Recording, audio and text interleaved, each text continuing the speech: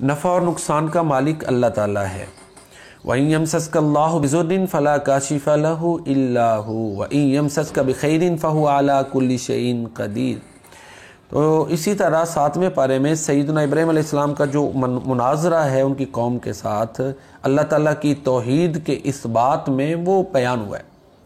جس میں انہوں نے کہا ہے کہ یہ ستارے کیسے معبود ہو سکتے ہیں جو اپنے وجود پر ہی قدرت نہیں رکھتے،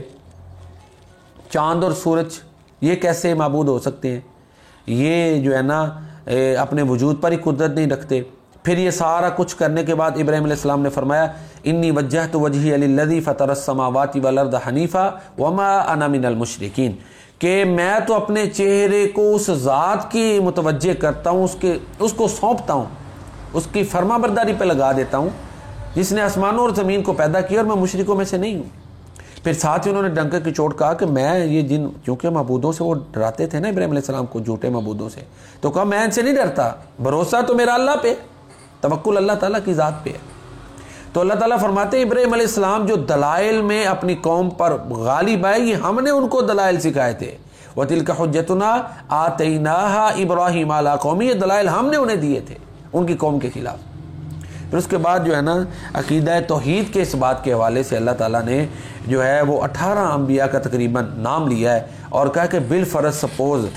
اگر یہ اللہ کے ساتھ شرک کرتے تو اللہ تعالیٰ ان کے اعمال کو بھی ضائع کر دیتا ہے۔ اس سے پتہ چلتا ہے کہ توحید کتنی اہم ہے اور شرک کتنا بڑا جرم ہے۔ اور اللہ تعالیٰ نے ان انبیاء کا ذکر قرآن کریم میں اسی لیے کیا کہ تاکہ ہم محتاط رہیں، اور قرآن کریم میں بہت زیادہ مضامین ہیں جن میں توحید کا اس بات اور شرک کی مذمت ہے۔ تو بہرحال یہاں پر اللہ تعالیٰ نے ہمارے سمجھانے کے لیے ان انبیاء کا نام لے کر ہمیں سمجھایا کہ شرک سے محتاط رہنا ہے۔ پھر اسی طرح سورۃ الانعام میں جو ہے وہ یہ بھی ذکر ہے کہ اللہ اکبر جو ہے نا اللہ کی صفات مزید ان کا ذکر ہے کہ اللہ ہی دانے کو جو ہے نا وہ زمین کو پھاڑ کے نکالتا ہے، رات اور دن کا نظام ہے، یہ سمندروں کے نظام کو اللہ تعالیٰ ہی کنٹرول کرتا ہے۔ تو یہ توحید کا بیان تھا۔ اب رسالت کا بیان بھی اسی میں ہی ہے جو ہے سورۃ الانعام میں 7ویں پارے میں بیان ہوا کہ ایک تو یہ ہے کہ اللہ کے نبی صلی اللہ علیہ وسلم کو ویسے پہچانتے تھے جیسے اپنے بیٹوں کو پہچانتے ہیں، الذین آتیناہم الکتاب یعرفونہ کما یعرفون ابناءہم،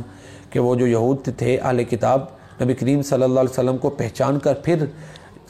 دنیا کے لیے آپ کی تکذیب کرتے تھے، آپ کو رسول نہیں مانتے تھے۔ پھر بعض دفعہ اعتراض کرتے جی قرآن کتابی شکل میں کیوں نہیں نازل ہوا، اس کا جواب دیا گیا۔ پھر یہ کہتے کہ اس نبی کے ساتھ فرشتہ کیوں نہیں اتارا گیا، اس کا جواب دیا گیا کہ اگر فرشتہ ہوتا تو وہ بھی انسانی شکل میں ہوتا۔ اللہ تعالیٰ فرماتے ہیں ظاہری طور پر یہ آپ کی باتیں بڑی توجہ سے سنتے ہیں لیکن انہیں کوئی فائدہ نہیں ہوتا، نہ یہ دیکھ کر عبرت حاصل کرتے ہیں نہ یہ سن کر کوئی جو ہے نا فائدہ حاصل کرتے ہیں، عبرت حاصل کرتے ہیں، نصیحت پکڑتے ہیں۔ پھر اللہ تعالیٰ مزید فرماتے ہیں کہ نبی صلی اللہ علیہ وسلم یہ آپ کو نہیں جھٹلاتے، یہ تو اللہ کی آیتوں کو جھٹلا رہے ہیں، آپ کو تسلی دی گئی۔ اور ساتھ ہی پھر اللہ تعالیٰ نے یہ فرمایا کہ جو بندہ جو ہے نا یہ 7ویں پارے میں یہ اللہ پہ جھوٹ باندھے یا یہ کہے کہ اللہ نے کچھ نہیں اتارا، اس سے بڑا کوئی ظالم نہیں۔ تو بہرحال یہ رسالت کے حوالے سے جو ہے نا نبی کریم صلی اللہ علیہ وسلم کو تسلی دی گئی ہے، اور عقیدہ آخرت کے حوالے سے کہا گیا کہ مشرکین کتنے ظالم ہیں، قیامت والے دن کہہ دیں گے جی ہم تو شرک ہی نہیں کرتے تھے، قسمیں کھا کے کہیں گے کہ ہم شرک ہی نہیں کرتے تھے۔ اور اسی طرح جو ہے پھر جب یہ دوزخ کے سامنے کھڑے کیے جائیں گے تو کہیں گے کاش ہمیں واپس لوٹایا جائے، وَلَوْ تَرَىٰ إِذْ وُقِفُوا عَلَى النَّارِ فَقَالُوا يَا لَيْتَنَا نُرَدُّ وَلَا نُكَذِّبَ بِآيَاتِ رَبِّنَا وَنَكُونَ مِنَ الْمُؤْمِنِينَ۔ تو 7ویں پارے میں بنیادی طور پر عقیدہ توحید، عقیدہ رسالت اور عقیدہ آخرت جو ہے نا وہ بیان کیا گیا ہے۔ انشاءاللہ 8ویں پارے کے خلاصے کے ساتھ دوبارہ ہم آپ کی خدمت میں حاضر ہوں گے۔ اللہ تعالیٰ ہمیں قرآن کریم کے ساتھ صحیح معنوں میں محبت کرنے، عقیدت کرنے اور اس کی تعلیمات پر عمل کرنے کی توفیق عطا فرمائے، اور اللہ تعالیٰ جو ہے قرآن کریم کو ہمارا سفارشی بنائے اور اس کو ہمارے لیے حجت بنائے۔ وما علینا الا البلاغ المبین۔